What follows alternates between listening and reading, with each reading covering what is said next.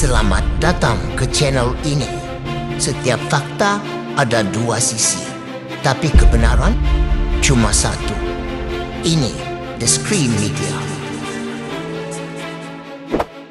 PRN Sabah semakin hampir dan Tanjung Batu kini menjadi gelanggang panas yang sedang dibakar oleh semangat juang luar biasa UMNO PN. Tapi adakah ini petanda kemenangan atau sekadar api kosmetik untuk menutup luka lama? Jangan kemana-mana, kami kupas semuanya dari akar umbi ke jantung kuasa. Kalabakan dalam keadaan politik Sabah yang terus berubah-ubah bagaikan ombak pantai yang sukar dijangka.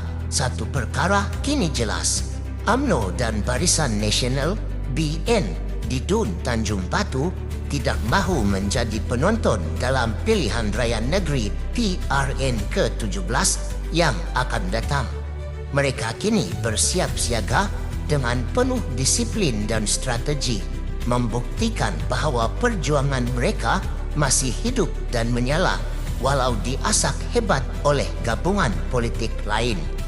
Ketua UMNO bahagian Kalabakan, Samasuddin Yusof, tampil dengan kenyataan penuh semangat menyatakan bahawa kejayaan penganjuran program Radu Tatap Radu PDM Pasir Putih adalah bukti jelas kesiapsiagaan jentera parti.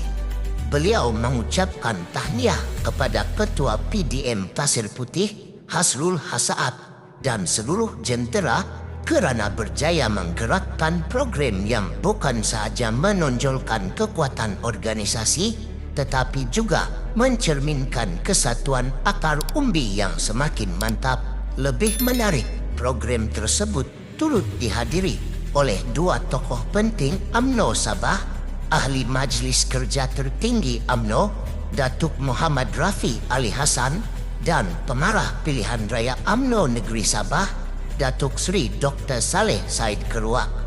Kedua-dua tokoh ini bukan sahaja hadir sebagai simbol sokongan tetapi turut menyampaikan ucapan yang dianggap memberi suntikan adrenalin kepada jentera akar umbi dengan pandangan bernas yang disampaikan secara langsung dan tidak berselindung.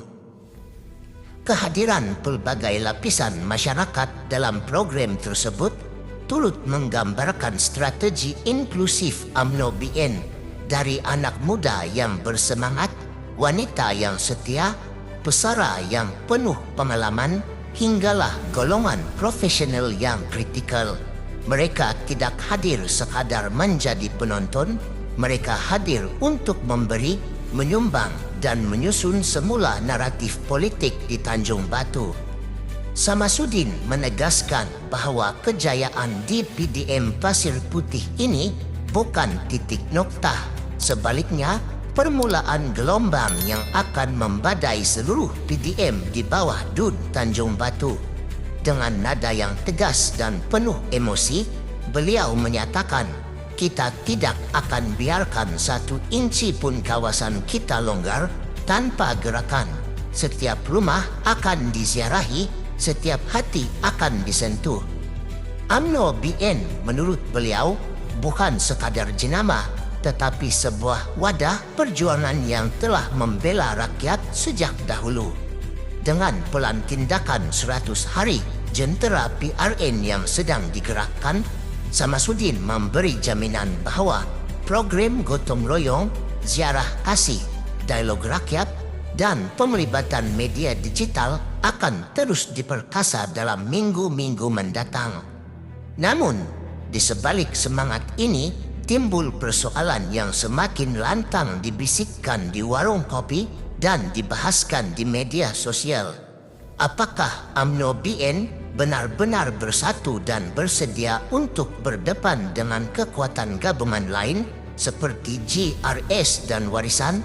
Apakah semangat di Tanjung Batu ini benar-benar mencerminkan kekuatan sebenar UMNO Sabah atau sekadar bubble yang menunggu masa untuk pecah?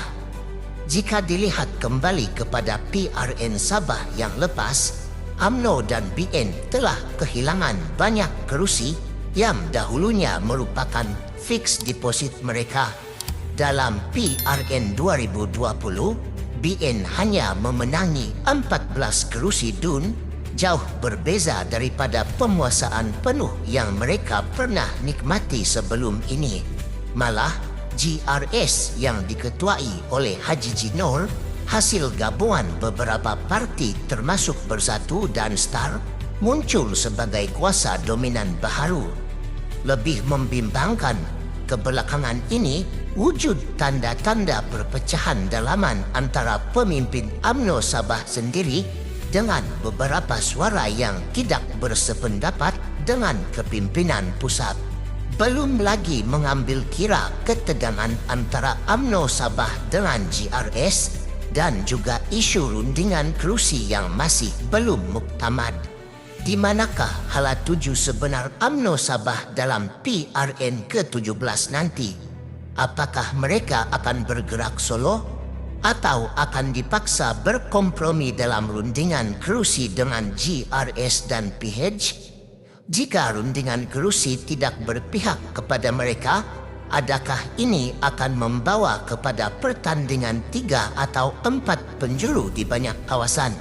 Dan jika itu berlaku, siapakah yang akan untung dan siapakah yang akan karam?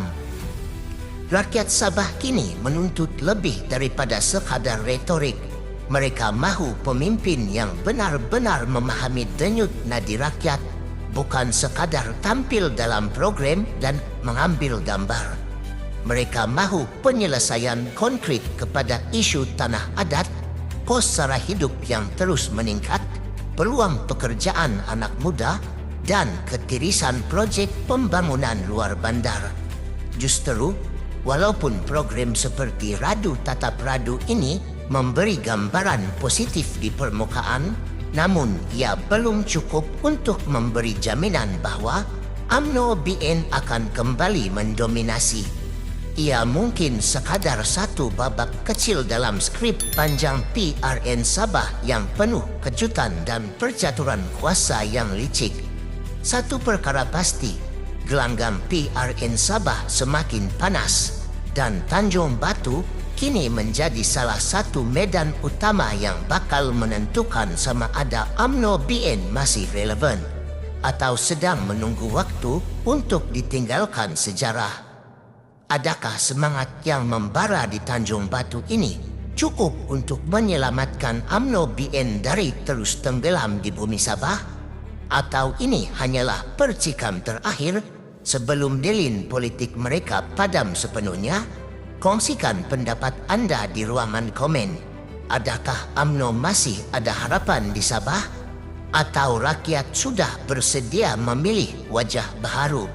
Jangan lupa tekan like, subscribe, dan nyalakan lonceng untuk terus bersama kami membongkar setiap penjuru politik tanah air. Ini bukan sekadar berita, ini adalah medan pemikiran. Sekian, kita jumpa lagi.